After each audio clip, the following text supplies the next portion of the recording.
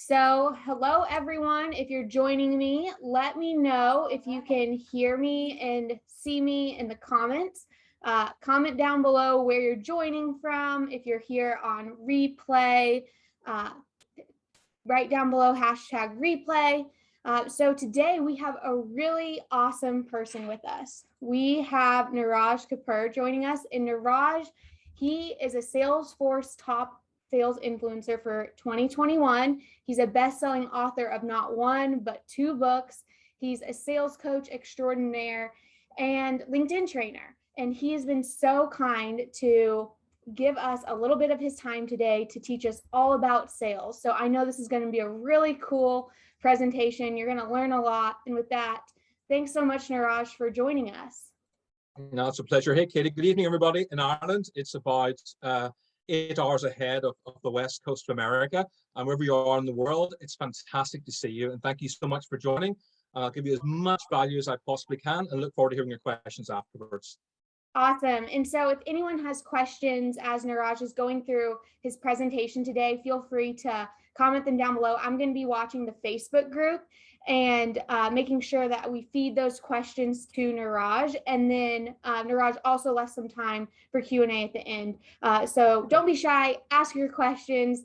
I'm serious when I say Niraj is just a wealth of knowledge, and we're so lucky to have him. So with that, I'm going to turn it over to Niraj to take it away and present on everything he has.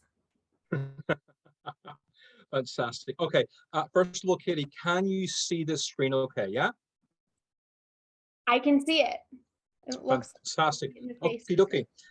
So we're talking about sales prospecting without the sleaze. So it's about how to build confidence in sales, leveraging LinkedIn, objection handling, writing an email people reply to, prospecting, and of course the Q&A for yourselves at the very end.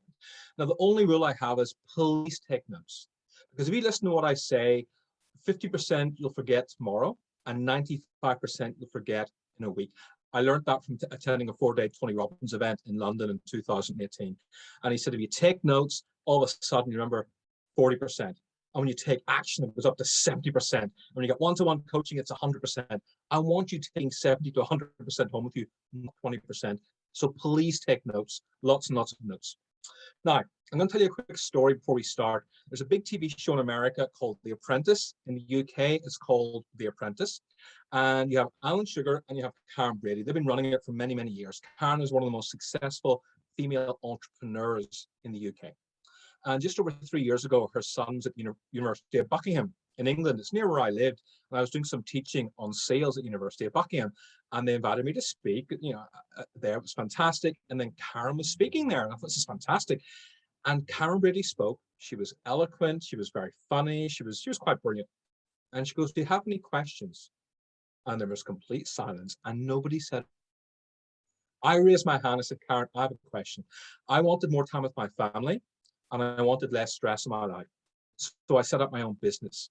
And everybody, unfortunately, burst out laughing. And she said, how's that working for you? I said, not too good. It's awful. It's so stressful. Nobody realizes how stressful it is having your own business. What advice can you give me, please, to a newbie? Someone who's worked their entire life in corporate London, 23 years in corporate London. And now I got my own business and I'm really struggling. And she goes, that is a fantastic question. And she gave me her answer. And then afterwards, she says, you know what, asking questions is just a great thing to do. People think you have to have the right answers. But when you ask the right questions, you help other people. And she says, you told me you're a sales trainer. And I said, yeah, I'm a really good sales trainer, but I'm not finding much work at the moment. And she goes, do you have a business card? I'm like, yeah. And she goes, okay, I'm the vice chairman of West Ham Football Club, a Premiership football club. We need a sales trainer. Somebody will call you next week. I couldn't believe it. Just because I asked a great question, this opportunity came to me. And just so you know, it's been 3.5 years and Karen Brady still hasn't returned my phone calls. I called her for months. I spoke to her PA, Natalie, no luck at all. But anyway, what was good about that evening was so many of my peers were there and they were saying, you know what, that was a great question. You've really helped me asking that question. So when you ask a great question, you're not just helping yourself, you're helping so many people who are going to be on this call who maybe are a bit shy or introvert or a bit unsure. You're going to help so many people when you ask questions. So please bear that in mind. Okay. All right. Here we go. Now, how do you build confidence in sales? You build it through a vision board. This is the first thing any of my clients have to do before we work together. Because if your confidence is negative, or if you're frustrated about something or angry about something, you're not feeling great about life in general. And by the way, this happens to all of us. A vision board is vital because it keeps you centered and it keeps you focused and it keeps you in a positive mindset. Now, what is a vision board? It can be an A4 or an A3 sheet, and it consists of two things. The first half of the vision board are the things you've achieved in life. Because in this world, we're very quick to criticize ourselves, and we're very slow to praise ourselves for the great things we do. So please have stuff, just remind yourself, that's what vision board is for, reminding you of all the great things you've done in life. And the second part of a vision board is all the things you want to achieve in the future. Now, this should be a mixture of materialistic goals and personal goals. So a personal goal or a meaningful goal could be like family, a partner, kids, being an uncle, being an aunt, loving your parents, loving your children, whatever matters to you in life. Remember, this is about you. It's not about impressing somebody else. It's about you. And then a lot of people have, of course, the materialistic goals, which is a nicer car, a bigger house, a holiday home, a dream holiday. So many people have Australia or the Northern Lights or some kind of dream there. This is what you got to be thinking about. And you put these in the vision board.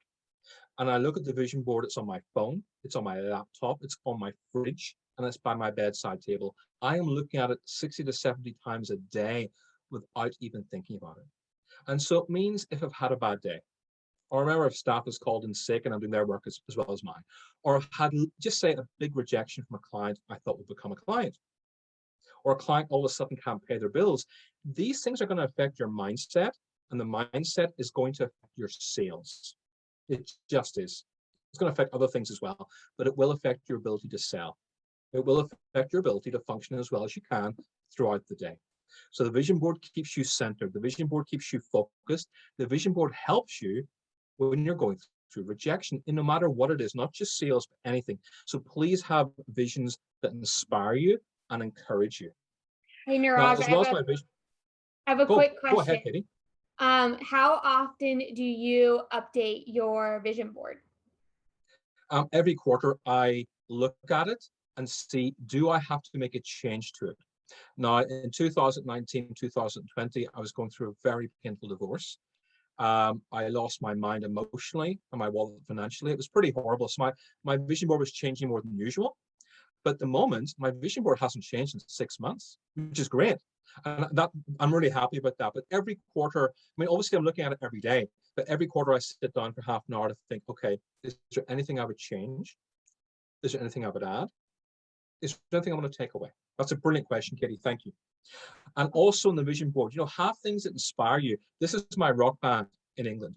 And we do lots of rock gigs for cancer research because I've lost a lot of friends in my life from cancer. And our guitar player on the left, Mike, he served in the army for 20 years. So we do a lot of army charity as well to raise money for army veterans. But that's my why. That makes me happy. We're playing all these great rock songs. Like we're covering the Beatles and the Who and Jimi Hendrix and early Fleetwood Mac. And it's brilliant. It always puts a smile on my face. The other thing in your vision board is just get yourself moving. Think of some kind of exercise you should be doing. This is good for your mindset as well. First thing in the morning, I'm swimming, I'm walking, I'm meditating. I'm just doing something that's not just the mundane of going straight to work. And please remember, as important as your work is, I know a lot of American clients I have, and American people I know, and a lot of the Asian people I know as well, they have an incredible work ethic. And the work almost becomes their life sometimes. Please remember, as important as your work is, as important as your career is not your life. I cannot stress this enough. As somebody who's achieved great success in life and thought, is this it? You don't want to reach that point in life. It's not a great place to be.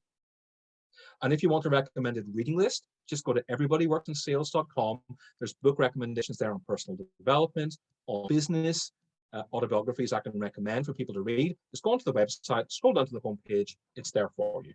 So this is your vision board, and that is your mindset. And you got to really get that right. And don't forget, there's other things as well that are common sense, like especially for men, when you're struggling with certain issues, talk to people. Women are fantastic at this. Men aren't. We tend to keep these things to ourselves. So a lot of it is common sense, but don't forget, common sense isn't common practice. So That is the vision board on the confidence side of things. Everybody, please, as one of your takeaways, because everybody should be having takeaways they want to implement at the end of this.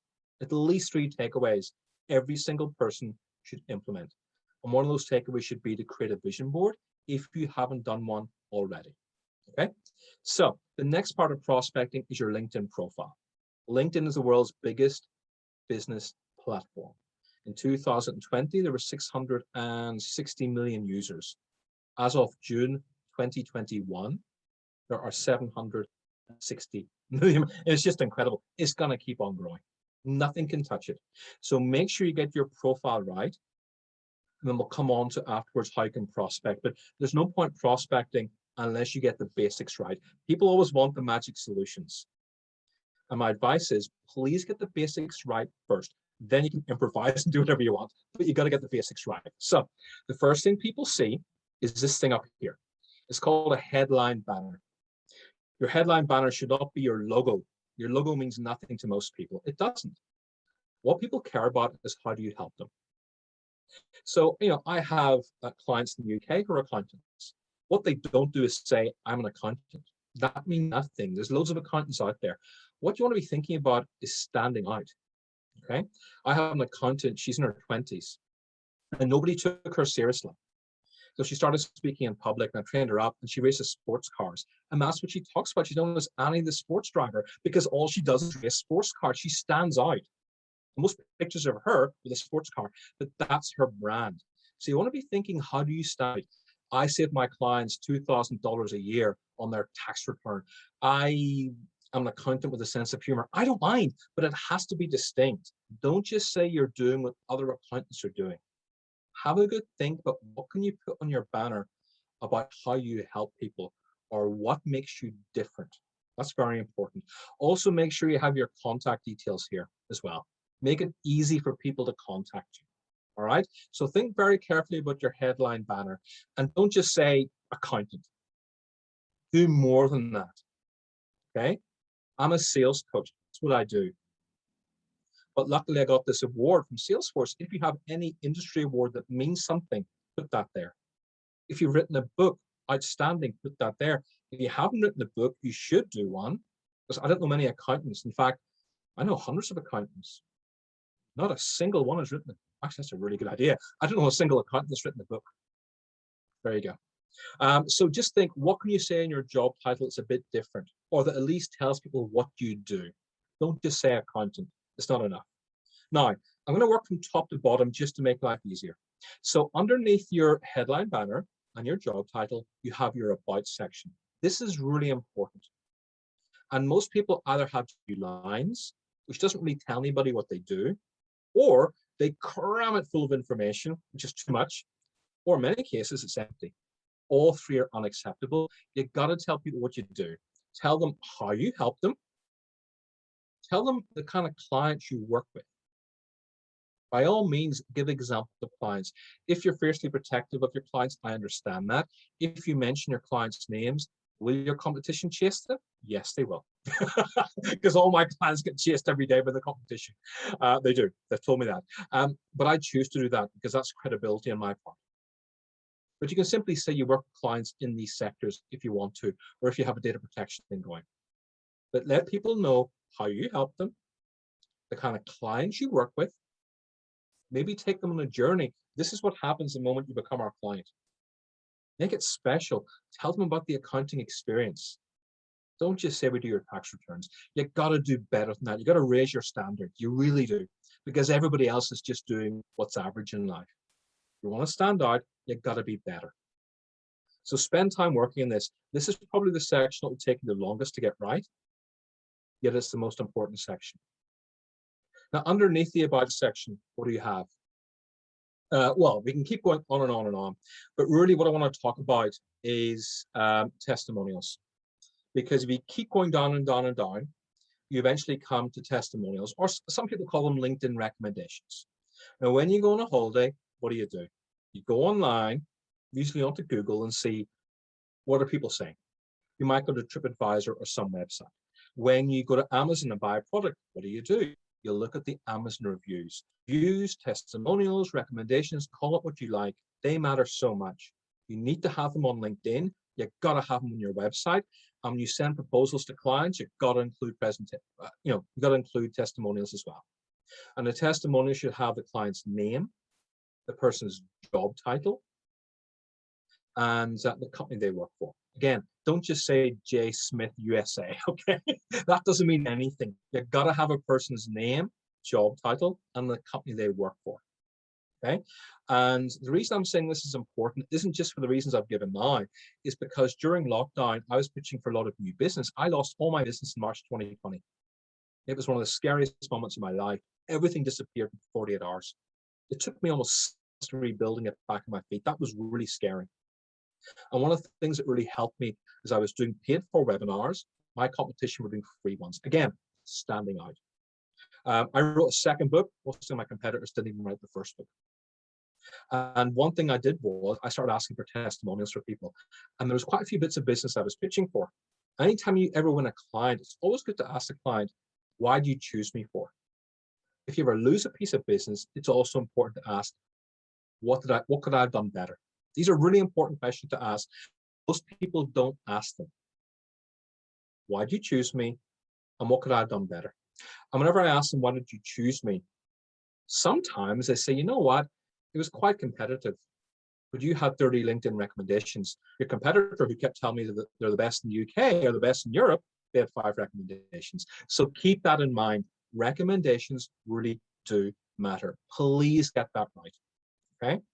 Now, I'm not going to go into LinkedIn in any more detail because that will take up the entire session, but I wanted to kind of touch on the most important points on your profile: your headline banner, your job title, your about section, and the recommendations, okay?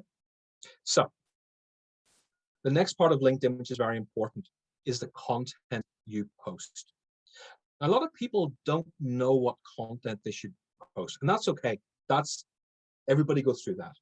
So the first thing you should do if you're ever unsure is like and comment on other people's posts, 5 words or more. Don't just go to somebody's post and go, great, awesome, cool, like it. 5 words or more, the LinkedIn algorithm likes that. So please bear that in mind. The second thing you can do, as you can see from the cupcake company here, is just help other people. This is a cupcake company I knew they were going through a tough time, so I promoted their business. There's nothing in it for me. I am disappointed to say I didn't get free cupcakes, although personally I think I deserved them, but I didn't get any free cupcakes. But it was just me helping somebody who was struggling. That's it. And I got tremendous goodwill off the back of it. And they did a post afterwards thanking me for it. Because not a lot of people go out of their way to help other people. So are there clients of yours that you have already who are on LinkedIn?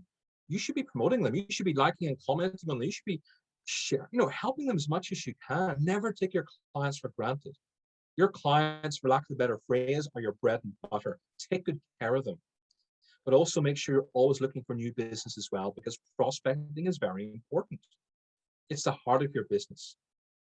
So make supporting other people and liking and commenting on their posts.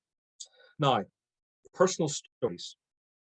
Up until March 2020, personal stories weren't that big a deal on LinkedIn. It was all business. But the last year and a half has given us permission to talk about our personal stories. And I currently get almost 5 times more engagement on a personal post than a business post. Now, a lot of people might say, you know what, I don't want to share my personal life and all my traumas. That is absolutely fine.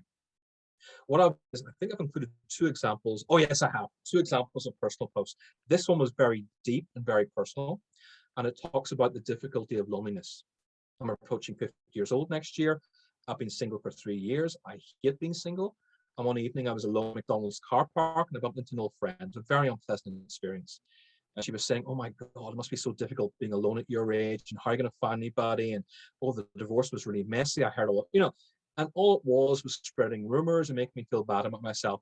And I talked about loneliness and how difficult it is being lonely in life and the things you can do if people are struggling. It was a very difficult post to write in terms of tone. But it's my first ever post that got 110,000 impressions. At the moment, it's about 120, but it's doing amazing. 1,700 likes, 355 comments, and it's me talking about struggling with loneliness. And I was shocked at the number of people who responded. I picked up about 800 followers off the back of this. I had so many personal comments, but also 1 or 2 clients who were thinking of doing business with me connected with me saying, Niraj, I've been following your posts for a while. I love this post you did. Can we have a meeting next week? And the meeting converts to business. So you never know what's going to happen. You never know sometimes where the business is going to come from. But please bear in mind, as an accountant, people buy people on most levels. If you're a Nike or Microsoft, it's different. But in most companies, people buy people. Okay. This post was interesting because it took me 10 minutes to write. And as you can see here, 204,000. This was taken last week. It's currently on 246,000. It just won't stop. And this took me 10 minutes to write. It's a picture of me and my daughter. I hadn't seen her for 11 months in lockdown because she was in England, I was in Ireland. Then she had COVID very badly. Luckily, she was okay. My parents hadn't been vaccinated. Then she had her final exams at university. I hadn't seen her for 11 months. It's a picture of me and my daughter. That's it. And all I'm saying is I really missed her. She's an introvert. I'm an extrovert. She's not a hugger. I'm a hugger. So when I met her at the airport, I shook her hand, which was just weird. But she's not a hugger. She doesn't do hugs. Hasn't hugged me for years. Doesn't say I love you. That's not her nature. And I put her suitcase in the car and she wrapped her arms around me. And she told me she missed me. And that was really sweet. And I burst into tears at the airport. So I'm feeling emotional now talking about it, but that's how emotional it was. And that's all I said in the post. I miss my daughter. Here's what happened at the airport. And that post went viral. So I want you to think about your personal stories. What things have happened to you either in your life or recently that you can talk about? What traumas have you overcome? What battles have you had? Everybody is battling something. You will be amazed and surprised how many people will connect with you. Yes, you're going to get a few idiots that criticize it, but overall, LinkedIn's a very supportive platform and most people are very supportive. So think about your personal story. That's where the testimonials went. So the importance of testimonials. When you get testimonials and promote them, think of your audience. So when I collect testimonials, this is from Barclays. So I ever work with a Barclays or a Google, Santander, any of the big banks in London or big corporations, I give them Barclays testimonials. When I work with smaller businesses, I give Laura, it's just Laura and her partner Louise. That's it. It's a small business. So it's not about connecting testimonials. It's about having the right kind of testimonials. Now, how do you ask for a testimonial? This is very important. Don't just say, hi, can you give me a testimonial? You got to do better than that. What you can say to somebody is, the work I delivered for you, were you happy with it? Fantastic. Did I deliver everything I promised? Oh, brilliant. Thank you. Well, look, I'm sure you know testimonials are really important for small businesses. Would it be okay if I just sent you a LinkedIn recommendation on my behalf and you kind of just tweak what I've just said to you? Would that be okay? And about 80% of people will say yes. And of that 80%, half will completely forget and you got to chase them up, but that's okay. Business is in the follow-up, so please chase people up. But make sure you don't just say, can I have a testimonial? Were you happy with my service? Did I over-deliver? I'm sure you know testimonials are really important for small businesses. Would it be okay if I just sort of send you an email or a LinkedIn recommendation based on what you've just said for you to kind of tweak and amend? Would that be okay? Wonderful, thank you. That is how a testimonial should be. It should be conversational and it should be framed in that way. It's not what you say in life, it's how people perceive what you say. So make sure you always think very carefully about your words that you use. Okay? So that's testimonials. Now, what else in LinkedIn? Video. Video is where I get my business from. So you got this wonderful November mustache last year, and I look like a biker. That was the first one I ever did. And I do videos every Monday. Sometimes I do it twice a week. You don't get massive amount of views on video, but what you do get is people who are really interested. And I get most of my business inquiries in LinkedIn by doing video. So I want you to bear that in mind. Now, a lot of accountants are introverts because many of my clients are accountants and introverts. So I would never just say, look, you have to do video. It's not that simple. So what I'd recommend you doing is record a video on Facebook or WhatsApp, send it to your best friend, send it to your colleague in the office, make it 10 or 12 seconds long. Next day, do one that's 15 seconds. Next day, do one that's 20 seconds, then 30 seconds, then 35 seconds. This is how you build confidence. Don't just go straight in there and do a video that's 60 seconds long. It'll freak you out and you'll never do a video again, okay? Everything should be done in baby steps. This is really important. 10 seconds, 15 seconds, 20 seconds. Try it with your partner. Try it with your kids for fun. Just try it with your friends first. That's what I did. I'm not a natural extrovert. I've become one over the years. But for a long time, I was an introvert. And also at my age, a lot of people don't want to use video. And my answer to that is very simple. I am bald. I have massive ears. I have a gargantuan nose.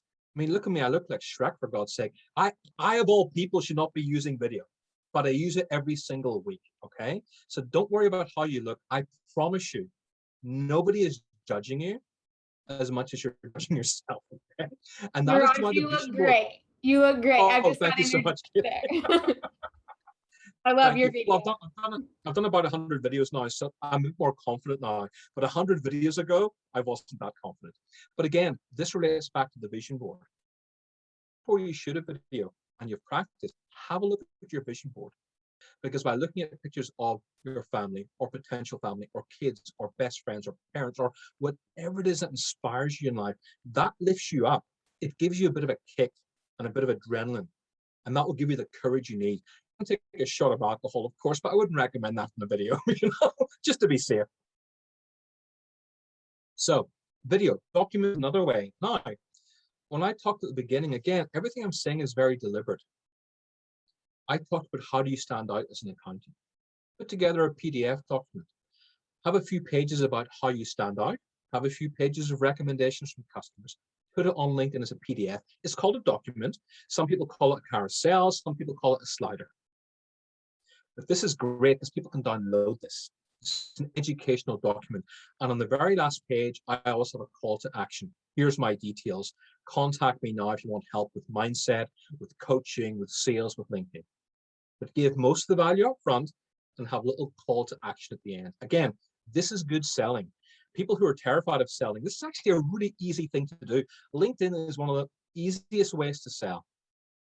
Because people who use LinkedIn are pretty much bought into it.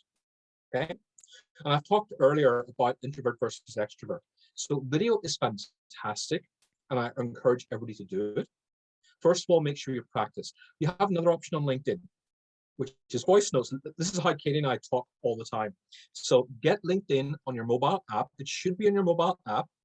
Go to the person's profile, click message. Now, if you're tired of typing all day, want to save a bit of time. I'm very big on saving time. I'll leave a voice note. 30 seconds. If I typed it, it would probably take me a minute. I'm leaving about 20 voice notes a day for people. It's anything from replying to messages, to saying happy birthday, to saying congratulations. I saw your post on LinkedIn. I thought it was brilliant. I just wanted to say well done. I've liked and commented on it, but I had to send you a personal message. Again, people love this. And in the last few months, a number of people have actually picked up the phone and called me and said, Neeraj, you're the first person to wish me happy birthday on a voice note. Thank you so much. I didn't even know you could do that. People love this. It's a wonderful way to communicate. And if you're introvert or if you're shy, voice notes are gold. So go to the person's profile on your mobile app, click message, hold on the button, you get up to 60 seconds. So think of that. And the last thing, of course, is WhatsApp. I'm not crazy about WhatsApp. However, sometimes I can't get hold of clients. WhatsApp's a good way of communicating. I get more success with WhatsApp than texting or picking up the phone, because a lot of people don't like to be interrupted on the phone. I'm not saying you shouldn't pick up the phone, of course. I think the phone's important, but I know a lot of the accountants I know generally don't do that. Naturally, if you know somebody well, it's always better to pick up the phone. If you're ever unsure about something, you want to clarify something, pick up the phone. But I know a lot of accountants are a bit nervous about prospecting by phone. That's why I'm not covering prospecting in any great detail, because I know nervous that makes a lot of you, and it's a much different, much longer conversation.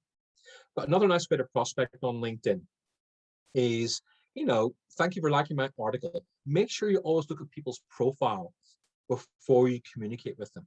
It shows respect, and also it gets conversation going. Remember, I've said earlier, people buy people. It's the human touch. The accountant I have in Northern Ireland, he is not the best accountant in Northern Ireland. He's not even in the top 10. Why did I hire him? He plays tennis with me, and he's a really nice guy. He is. He's a lovely guy. He's a genuinely nice human being. People buy people. Always remember that. So here's just somebody, you like an article of mine, I looked at his profile. He likes rock music. All of a sudden, we're talking about rock music. A month later, he bought my book. A month later, he attended my seminar. 2 months later, he became a client. Okay, this is how relationships are done. Again, notice I use the word relationships. I didn't say leads, relationships. Never underestimate the importance of that. Sales is relationships. Sometimes when I'm prospecting somebody, again, I researched this guy. Auto Trader are a huge company in the UK. And the CEO's company was sponsoring an event two of my friends were speaking at. I sent them a personalized invite, not the generic, hi, I'd like to connect with you. That's not memorable. What did I say earlier? You've got to stand out. Everything I'm saying here is for a reason. And so much of what I'm saying here connects to what I've said earlier. Although I'm sure you've all noticed that anyway. But it's very deliberate. Always in a personalized invite. Nathan accepted my invite. We speak, we talk. He's a CEO of a multi-million-pound company. It was a personalized invite, and he doesn't get many often. Okay, so what happens when you're speaking with clients and there's problems and you get objections? And I've asked a lot of my customers, and I've asked a few of my accountancy clients as well, what happens? What kind of objections do you get? A lot of people are casting with accountants and trying to do things themselves to save money, which isn't a very smart idea. People are doing that. A lot of accountants who are a bit bigger have had to furlough staff. That's a big problem. A lot of accountants have clients who just said, you know what, I got no money, call me back in 3 months. Or my budget's frozen. I have no idea what's going on right now. These are very valid objections, and they're the most common objections I'm hearing. So what do you do about it? What you don't do is call somebody back in 6 months or 3 months, because if you call somebody back in 3 months, they will have completely forgotten who you are. They will have completely forgotten about what you do. Try to engage in some kind of a conversation. Okay, I understand your budget's frozen. How long is it frozen for? When do you think you might be again? But the most important thing is number 5. This is gold. In the time being, so we don't lose touch, is it okay if I keep in touch with valuable content that will help? And what that valuable content tends to be is a newsletter. Everybody should have a weekly newsletter they send to customers, which gives advice or just one tip. If you don't, start building one, please, because it's one of the best ways to communicate with your audience and your future audience. Very, very important. Build a newsletter. Now, if you don't have a newsletter list yet, what I often do is, before I have my newsletter list, I would share my content on LinkedIn saying, here's an article I wrote about how to get better response in LinkedIn. I know LinkedIn interests you. Here's the link. So what I'm keeping in touch with people. If I call somebody back in 3 months or 6 months now, they know exactly who I am, because every single week they're getting valuable content from me. This is very important. And it's something most people do not do. And when my clients do this, they start getting results. And sometimes clients will not wait 6 months. After 2 or 3 months, they'll be so impressed, they'll often contact you first. Sometimes they won't. Sometimes you've got to go through the whole 3 or 6 months. But at least when you call them, you're warm. They know who you are. You're not starting from scratch again. And they're unlikely to say to you, oh, call me back in 6 months again. Because you spent 3 to 6 months giving them valuable content. And this is where a lot of people go wrong in sales. They just give up too easily. Please keep in touch with valuable content. And I'm saying it again, people buy people. Never forget that. Okay? If somebody says call back in 3 months, can I keep in touch with valuable content? What I also do is I send them information from the competition. I find out who their competition is. I subscribe to Google Alerts, and every now and again I'll say, I know your competition is doing this. I just thought I'd let you know. Clients love it when you do this. Again, you're being a person of value. That's what selling is. Selling is not closing a deal. Selling is engaging. Selling is helping. Selling is advising. Selling is being a person of value. This is very, very important. Not enough people give this consideration. And it's one of the best sales tools you can have. Okay, writing an email people reply to. Email is the most common form of communication in the world. It's not the best form, it's not the most effective, but it's the one most people feel safer using, and most accountants I know feel safest on email. At the same time, most people cannot write emails. They haven't a clue. So I've written down 5 really basic things and given an answer here as well. I get these kind of appalling emails every single day. and each one is as bad as each other. Nobody, and I mean nobody, wins by selling, by telling me, because 99.9% is terrible. It really is. And you have to get it right.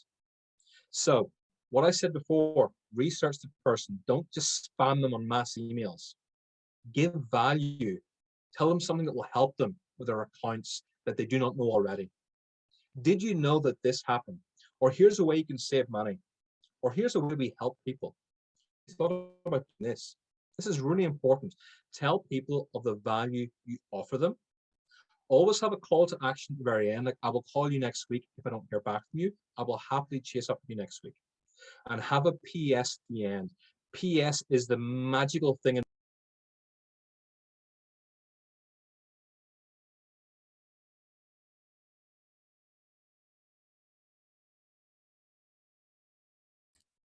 Hey, Niraj, I think you're muted. Is that better? Yeah. I have no idea what happened. My hands were here. Okay. And the final thing is have a PS. The PS is magical. All the top copywriters and marketeers in the world talk about the PS. And the PS can be something you saw on their website, something you saw on their LinkedIn content, something you saw on their LinkedIn profile. Mention it. Again, most people don't mention this. And when my clients mention this, and my accountancy clients mention this, they get results. There's two steps. There's progress and there's results. That's what I care about when I work with people. And this works. Everything I'm sharing with you, by the way, this is not research from 10 years ago or 5 years ago or 6 months ago, all of which, by the way, is out of date. This is happening right now. This is working right now. So please take action on this. And there we go. Newsletter. I mentioned that earlier. Always have a newsletter. It's a way of communicating with people. Always write in the first person and make it very personal. Every single week, Thursday, midday UK time, you get a newsletter from me. This is absolutely key. Another way to prospect without being sleazy is to talk at events. Now, this can be a networking event. This can be your own masterclass. This can be a local chamber of commerce, a local institute of directors. It doesn't really matter. Just make sure your potential audience is there. That does matter. I speak in at least 2 podcasts a month. I used to speak in podcasts that only 30, 40 people listen to. Now 2,000, 3,000 people a week listen to those podcasts. So I'm getting client inquiries from there. I speak at banks will hire me. I've spoken at Institute of Directors many times. I speak at Salesforce events every quarter now. This is so cool. It's a new audience. Speak at charity events. We're the kind of people that attend charity balls and buy tables at charity balls. They are people with lots of money. Those are my clients. And I attend so many charity events, mainly for the charity, mainly to entertain my clients, of course, and take them out, but also to meet new people. These are all great ways to prospect that not many people give consideration to. So think of what networking events can you speak at? What charity events can you attend? What webinars can you hold that will give value to people? Please bear this in mind because it's a very important part of sales. Okay. And finally, please go to Everybody Works in Sales. There's about 84 videos there. Most videos are between 1 minute and 2 minutes long. So there's absolutely no reason that every day you cannot spend 2 minutes watching a video. That's nothing. It covers sales, mindset, personal development. Okay. The personal development and the mindset and the LinkedIn, this is key to you. Some of the sales stuff is relevant, some of it deep for you, and that's okay. You're still going to benefit from it no matter what. And the reason I'm saying subscribe is because every week now I'm uploading new videos. This is a bonus I wanted to gift everybody here. Do not miss out on that. Katie, if you want to share these slides afterwards, I'll make a note, send PDF. So what I've done is in this PDF, you have 1, 2, 3. These are just 5 links of posts I've done that have gone really big, that people have really engaged with. I want to show you how diverse they are, but at the same time, they're fairly simple. Apart from this 4th post, which is quite complicated, all these posts are so simple. They don't take long to write. And I don't want you to think you have to spend hours and hours and hours. Okay. And I just wanted to remind everybody, so my first book, I was in the Amazon top 100 29 times. I was at Warren Beatty. I Warren Buffett, opposite Tony Robbins, opposite Simon Sinek, Start With Why. This is really important. Opposite Richard Branson's Losing Your Virginity. 29 times my first book was there. This is the international one. This has been a bestseller in 12 countries. My follow-up was just a bestseller in the UK. That's fine. I'm still very proud of it. It's appeared opposite Seth Godin's books. It's appeared opposite Brene Brown's books. That's pretty cool. Okay, there's loads of information. These books are less than 160 pages deliberately because people are busy. That's why I didn't write a 300, 400 page book. It's 160 pages per book. They're very easy to read. You can get them on Amazon. Most of the companies I've worked with, you wouldn't have heard of. Most of the accountants I've worked with, you wouldn't have heard of. But I just want to give you names of people you may have heard of. So that's just an example of the bigger corporates I work with. And again, when I said in the PDFs and LinkedIn, always have a call to action on your last page. This is my call to action I use. How can I help you? You want to prospect, mindset, hit your sales target? Do it. And please bear in mind, if you do not invest in yourself, why would anybody invest in you? This is a really important question that most people don't ask themselves. When they want to say, oh, I don't want to spend money on a coach. Okay. But if you don't invest in yourself, why would anybody invest in you? It's a very, very important question to ask. Please connect with me on LinkedIn or follow me on LinkedIn. I don't mind. Everybody works in sales. I mentioned there's a recommended reading list there. And there's I think there's a 10 sales tips for 2020 as well. And that's me. Katie, fire away. Let me know what questions there are, please. Awesome. Well, that was so helpful. Thanks so much for sharing, Niraj. So the first question comes from Tina, and she said that she has an issue with prospects ghosting her when they told her they were interested. So how would you handle that? Yeah, Tina, I'm sorry that happens to you. It's a massive pain.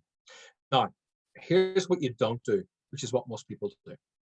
They do nothing, hoping the prospect will call them back, which never happens. Or they send a follow-up email to say, hi, did you get my last proposal? Never do that. Here's how you follow up with somebody. You got a number of choices. One thing I like to do is leave a LinkedIn voice note. Your personality comes across, your tone, your energy, your enthusiasm comes across. David, last time we spoke, you told me these were your challenges. Here are the solutions I'm offering you. Now, I know what the business world is like. Things change very quickly right now. If there's something that's changed, I need to know, but please let me know. Otherwise, I cannot wait to hear your thoughts on how we can help overcome these challenges of yours. Here's my details. It takes about 40 seconds. And a LinkedIn voice note I mentioned is nice because introverts love it. Okay. And if you're a bit more of an extrovert, you record that as a video on your phone. And you can do it like this, by the way. You can do it in your back garden if you like, or you can do it like this. Don't do it in your bedroom. I don't like video shit. It doesn't look good. I've seen people do it in their kitchen table while they're cooking. I'm like, really? Think about your setting to a certain extent. The back garden is fine, home office is fine, or downstairs living room is fine. Just make it look presentable or semi-presentable. That's important. Hey, Katie, it's Niraj here. You told me these were your challenges last time we spoke. I put together solutions that would help you save time and money. I haven't heard from you. Chances are you're just really busy in internal meetings or dealing with clients. Just please let me know everything's okay and nothing has changed. Here are my details. Now, that's very important and very deliberate, Tina, because by saying, I know you're very busy, or you're probably dealing with clients or internal issues, it shows you understand the client and you understand the world they work in, because most people don't. And what you've done is you reminded them of the challenges they have. You reminded them of the solutions. Don't say, can you call me back, and what are your thoughts? That's not good enough. Again, you got to give people a reason to call you back. That's what I do. And if you still don't hear from them, which happens, like, comment on their posts on LinkedIn. If they're not that active on LinkedIn, go on to LinkedIn and share a post of theirs and then email them to say, by the way, I've just shared the post of yours on LinkedIn. Here's a picture of it. I thought it was a brilliant post. Well done. Or congratulations on your rebrand. Congratulations on your 10th anniversary. I just saw your company's release this new white paper. I promote for you on media. I thought it was terrific. Again, you're being of value. The least these clients will do will say thank you or come back to you. But again, it's being a person of value. It's being proactive. Please never wait for someone to come back to you. And please never go, hi, did you get my proposal? What do you think? It's not good enough. Awesome answer. Super actionable. I love it. So I also received some questions even ahead of this presentation, and one was about asking for the close. So this person shared some details that they have calls frequently, and they go through their discovery process of collecting information, but when it actually comes to like asking for, then like, hey, do you want to work with me? That's where they get caught up. Do you have some suggestions on how to ask for the close, or maybe if you want to like take us through your sales process, that would be helpful as well. Here's what you don't do when you close a deal. Don't speak faster. Don't raise your voice an octave. Don't become uncomfortable with your body language.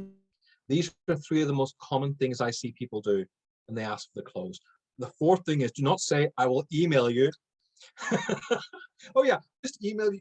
No, try to speak to them over the phone or Zoom. It's not easy closing deals by email. Also, your tone doesn't come across an email when you're closing a deal. Do everything you can to avoid closing a deal on email if possible. Okay, so a sales process should be you research the client. It should be you then ask open questions.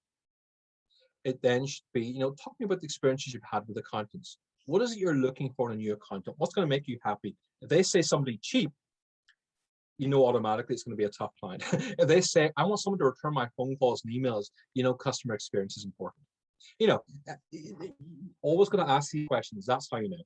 And then once you answers, I always recap. So just to be clear, you're struggling with this, you want more of this, and this would make you happy. Is that correct? Is there anything else? So I let them know I have listened to what they say. Now, accountants are introverts. And generally speaking, introverts are very good listeners. They're much better listeners than extroverts. It's very important to let people know you've heard what they say, because, Katie, everybody wants to be heard. Everybody wants to know that their voice matters and that their opinion matters. That's why it's so important you recap what somebody has said back to them. It shows you've listened, it shows respect. And then after you do that, you give your solutions and recommendations. And I ask them again, is there anything else I've missed? And I know from personal experience, depending on the size of the company, there's often a few people involved in the decision-making process.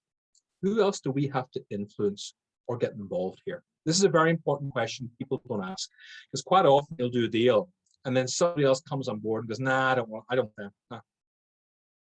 So always ask who else is involved in the decision-making process. But I always pre-frame it, just like the testimonial, I pre-frame things. From my experience, there's at least a few people involved in the decision-making process. Who else do we have to influence? Brilliant, they tell me. We get everybody involved, everything is done and dusted. So just to recap, here are your challenges, here are your needs. The investment is $3,000. Stop talking immediately. Stay quiet for at least 5 seconds. It'll be the longest 5 seconds of your life. It really will. You'll be like, oh God. And the first time I did it, I actually sweated. My forehead just started sweating. And the client, are you okay? Yeah, right. I literally was sweating because I just wanted to speak. People don't like silences. Silences are okay, especially in negotiation. Because what you're doing is you're giving the time the person a few seconds to process thoughts, think things through. You've got to allow 5 seconds, preferably 10 seconds. You don't want to be the first person to speak. And you get their thoughts. Now, when I do this, about 60% of the time, deal's done. 20% of the time, they say, what discount can you give me? And 20% of the time, they go, whoa, that is too expensive. No way. So you got to think, okay, what do you do now? If somebody says you're way too expensive, I just say, okay, compared to whom? What you don't do is go, well, let me tell you why we're expensive. I've won this award. Me. That's what people do. Don't do that. Most people talk themselves out of a deal at this stage. You got to slow things down and take a step back. Okay, so compared to who? Okay, and what is it they were offering? Just so I have an idea. Okay, so they're offering this and we're offering this. Can you see how we're offering more here? still think I'm too expensive, I'll just take a few things away, like the quarterly customer service and things like that, to bring your price down. Because if you start taking things away from a proposal, sometimes clients don't like it. They feel they're losing out. So that's what I do. I take things away. And you look at the reaction in their face and sometimes go, okay, that's fine. Because bear in mind, when people want to do business with me, Katie, I always ask for a discount, even if I don't want one. But the reason I ask for a discount is I want to see how you're going to react. And I deliberately do this with everybody who sells to me, car salesmen, insurance people, people selling me software. I deliberately ask for a discount. Because if you mumble and fumble and act nervous, I am not going to do business with you. Because you don't quite feel confident in your value. It means you just haven't a clue what you're doing. I don't want to work without greatest respect. I work with professionals, okay? You have to know what you're talking about. You don't have to be the best of the best, but I have to know you can deal with some kind of pressure. And this is a lot of pressure for some people. It is. Negotiation and pricing makes people nervous. It does. If you start getting nervous, or your body language becomes tense, or you start talking to me like this and avoiding eye contact, or you start speaking twice as fast as before, those are warning signs. And that's when clients can take advantage of you. Not all of them will, but some of them will. So that's why I'm telling you this now, so it won't happen before. Okay? So that's what you got to think about when it comes to price. Mention the price, recap everything, be quiet. If it's too expensive, compared to whom? If it's way too expensive and they say there's no way, I want a 50% discount, don't be afraid of walking away. That's very important as well. Not every single person is your customer. When I start my business off, I said yes to everybody, and I can't even tell you how much I regretted that. And since October 2020, every client I have, I love. Every client I fight hard to keep as well, because they're brilliant clients. They respect me and they pay my high fees. I don't take anybody who wants a big discount. Clearly, we're not aligned here values-wise. I suggest you go find somebody else who's cheap, because all you've talked about is discount and money. Clearly, I'm not the right person. There's other people out there. Don't be afraid to walk away from a client. This is very important. If they start asking for stupid things like 50% discounts and 60% discounts. I think that's great advice. So then there's another question about sending proposals.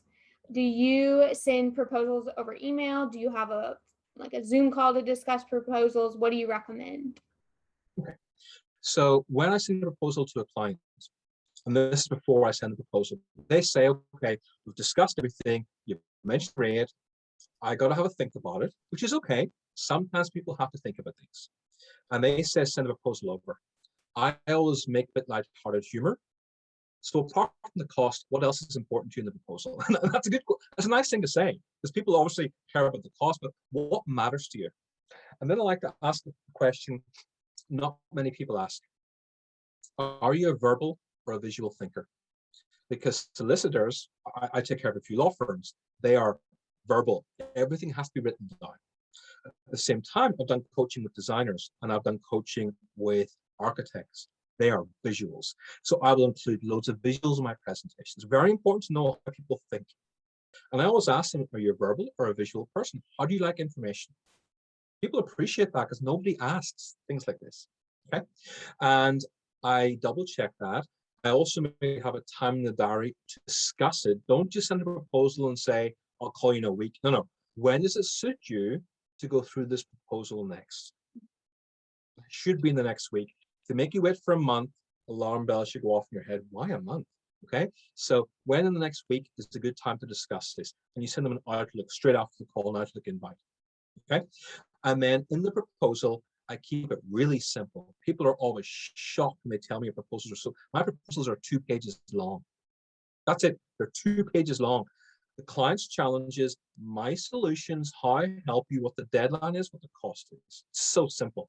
And then I always include a few attachments of testimonials. People like them because the testimonials, of course, matter. And that's really important. Awesome. So last question, and then we'll give you back your time. How long do you recommend spending each day prospecting? It depends where you are in your business. So when I started my business off 3 years ago, I was prospecting 3 to 4 hours a day. I don't just mean making phone calls. I mean attending networking events. That's prospecting. I mean writing content for LinkedIn. I mean picking up the phone and calling people, writing emails 3 to 4 hours a day. Now I spend between half an hour and 40 minutes because my business is more established. It's in profit. I do keep prospecting because clients often don't come back to me. Or every now and again, I see a client and go, I'd love to work with them. And I go out and I chase them. And also, it's important I do this because a lot of clients ask me about prospecting. So I have to be sharp in this. I have to be prospecting every day, Katie, to help my customers. It's not just helping me, it's helping my customers as well. That's why I do it. That's awesome. Well, thanks so much, Niraj. Everyone, you can find Niraj at Everyone Works in Sales.